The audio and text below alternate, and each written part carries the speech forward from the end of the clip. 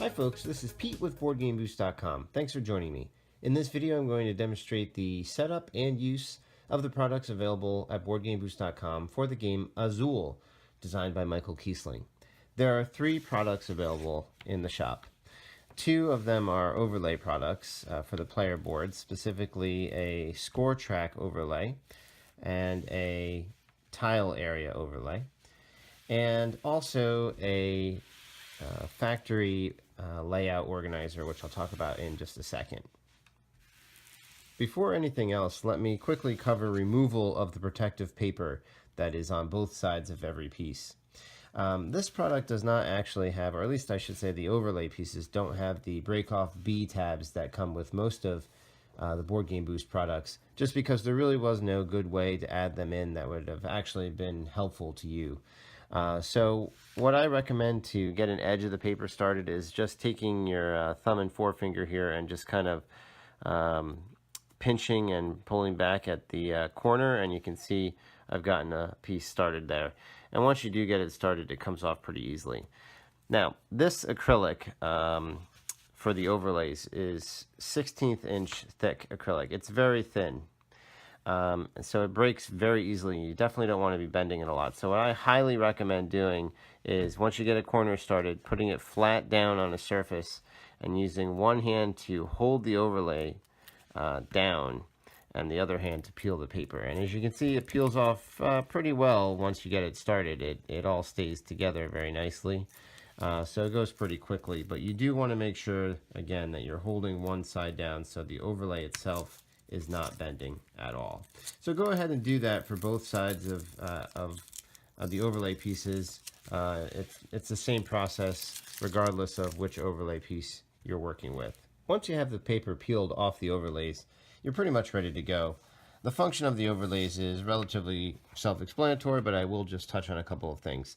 For the score track, you can see that there's a number etched under each of the cube slots, so that you're able to tell how many points you have very quickly and easily.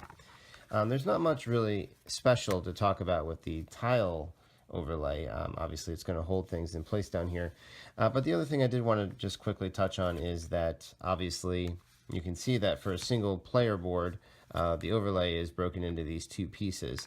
That was actually done for 2 reasons. One is because this is actually a large board, and if I were to make these overlays a single piece, it actually would have driven up the shipping costs a bit because of its large size.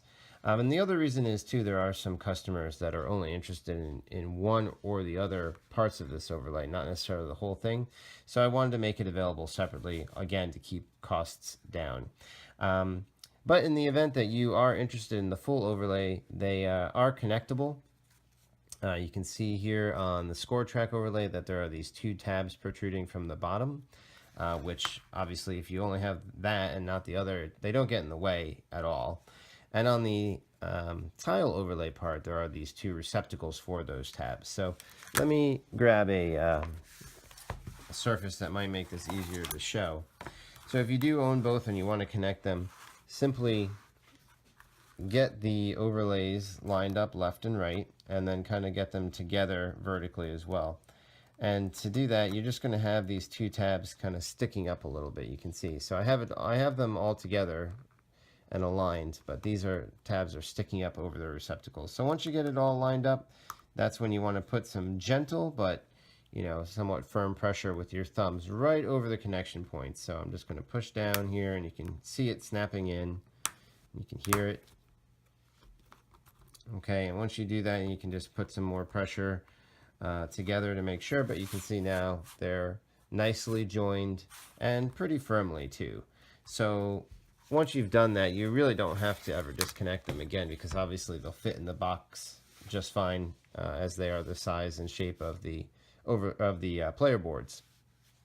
And now everything can move together pretty nicely.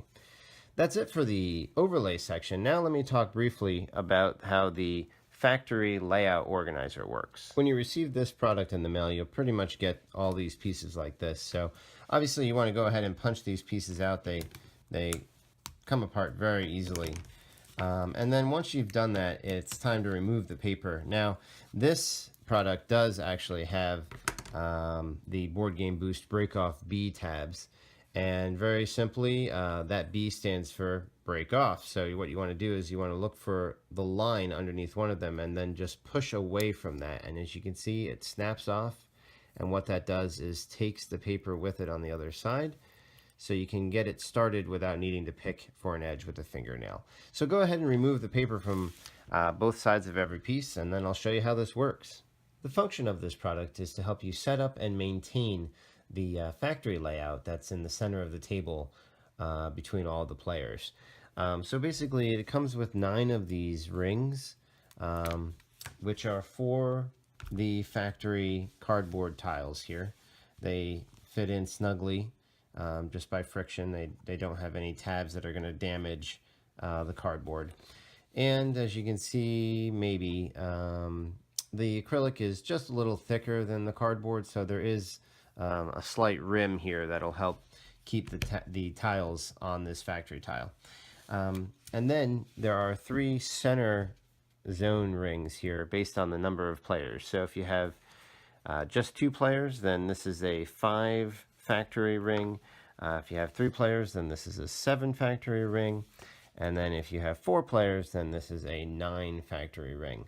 So let me just show you quickly how that works. So I've already gone ahead and put all of the cardboard factory discs into these rims. So now let's say we want to play a 2-player game. Well, I'll take the 5 factory disc center ring here and just go ahead and go around the edges, and as you can see, these rings with the factories just slip in very easily using these two-prong connectors here. So now I have a nice evenly laid out factory setup here to play with. Now, as I said before, these factory rings do have just a little bit of a rim above the cardboard token, so they will help to keep the tiles contained on them. But if you're playing in a really crazy area and a lot of movements going on and whatnot, you can just go ahead and take these cardboard tokens or discs out and play without them. They are really just decorative. In that case, you'd have just this ring, but this would very securely keep the tiles in that area. So this exact same process works for the other 2 rings. I mean, just really quickly here, I'll show you. If you were playing with a full complement of 4 players, then you would need all 9 factories, and it's the exact same setup. It just goes all the way around, of course. So that's really all there is to it. And then obviously, again, in this case, you'd really want to make sure you're keeping things organized, which is exactly what this product helps with doing. That's about it. If you have any questions about any of these products for Azul, please drop me a message. I'm always happy to help in any way that I can.